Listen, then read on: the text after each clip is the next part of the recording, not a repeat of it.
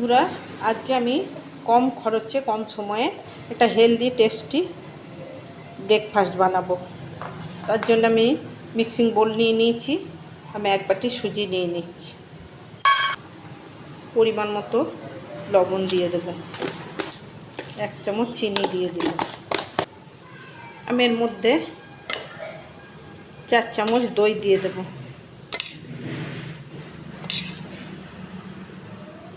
আমি এটা ব্লেন্ড করে নেব। বাটির হাফ বাটি জল দিয়ে দেব।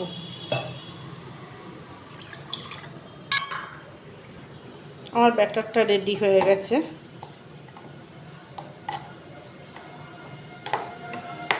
আমি এরপর এটা সুজিটা একটু ভিজবার জন্য 5 মিনিট রেখে দেব। আমি এরপর ব্যাটারটা ঢেলে নেব একটা পাত্রে। আমি এরপর এটার মধ্যে 1 প্যাকেট ইনো দিয়ে দেব।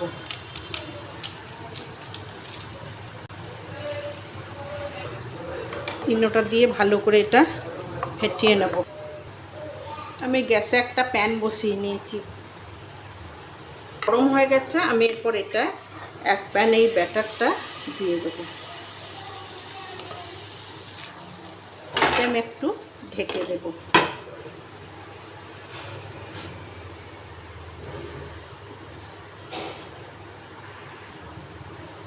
আমার এই আপাম রেডি হয়ে গেছে। আমি এরপর এটা তুলে নেব।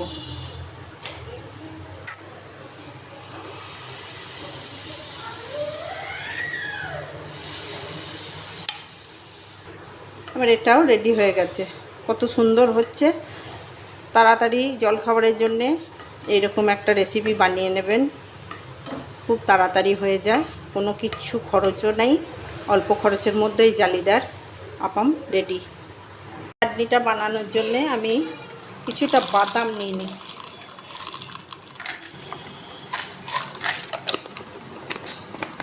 আমার কাছে ছোলা নেই, ছোলা ভাজা ছাতু আমি দিয়ে দেব। আপনাদের কাছে যদি ছোলা ভাজা থাকে আপনারা ছোলা ভাজা দেবেন। আমি এই ছোলার ছাতু 1 চামচ আর একটু দিয়ে দিলাম। এর মধ্যে আমি আদা দিলাম, 2টো কাঁচা লঙ্কা দিলাম। আপনাদের কাছে লেবু থাকলে আপনারা লেবুর রস দেবেন। আমার কাছে লেবু নেই, ওই জন্য আমি তেঁতুলের জল দিয়ে দিচ্ছি। একটু নুন দিয়ে দেব। আমি এরপর এটা ব্লেন্ড করে নেব। আমি এর মধ্যে আর একটু জল দেব।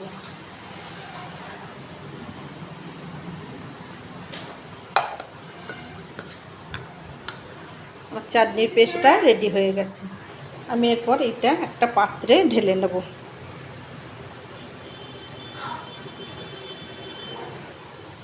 এরপর আমি চাটনিটায় তড়কা দেব। তার জন্য আমি প্যান বসিয়ে নিয়েছি। গ্যাসে প্যানটা আমার গরম হয়ে গেছে। আমি এরপর সাদা তেল দিয়ে দেব। এর মধ্যে কালো সর্ষে দিয়ে দেব, একটু শুকনো লঙ্কা দিয়ে দেব,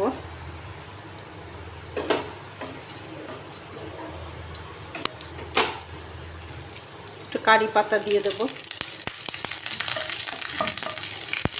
তেলটা ভাজা হয়ে গেছে। আমি এরপর এটা চাটনির মধ্যে তড়কা দিয়ে দেব।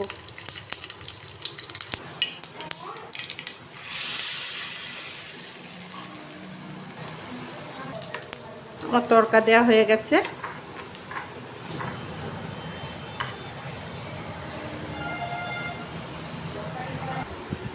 বন্ধুরা, কম সময়ে কম আইটেমের মধ্যে আমার এই সকালের রেসিপি রেডি হয়ে গেছে। তো এই জালিদার এই রেসিপি আপনারা বাড়িতে বানিয়ে খাবেন। এই আপামটা যদি আপনারা বাদামের চাটনির সঙ্গে খান তাহলে খুব ভালো লাগবে।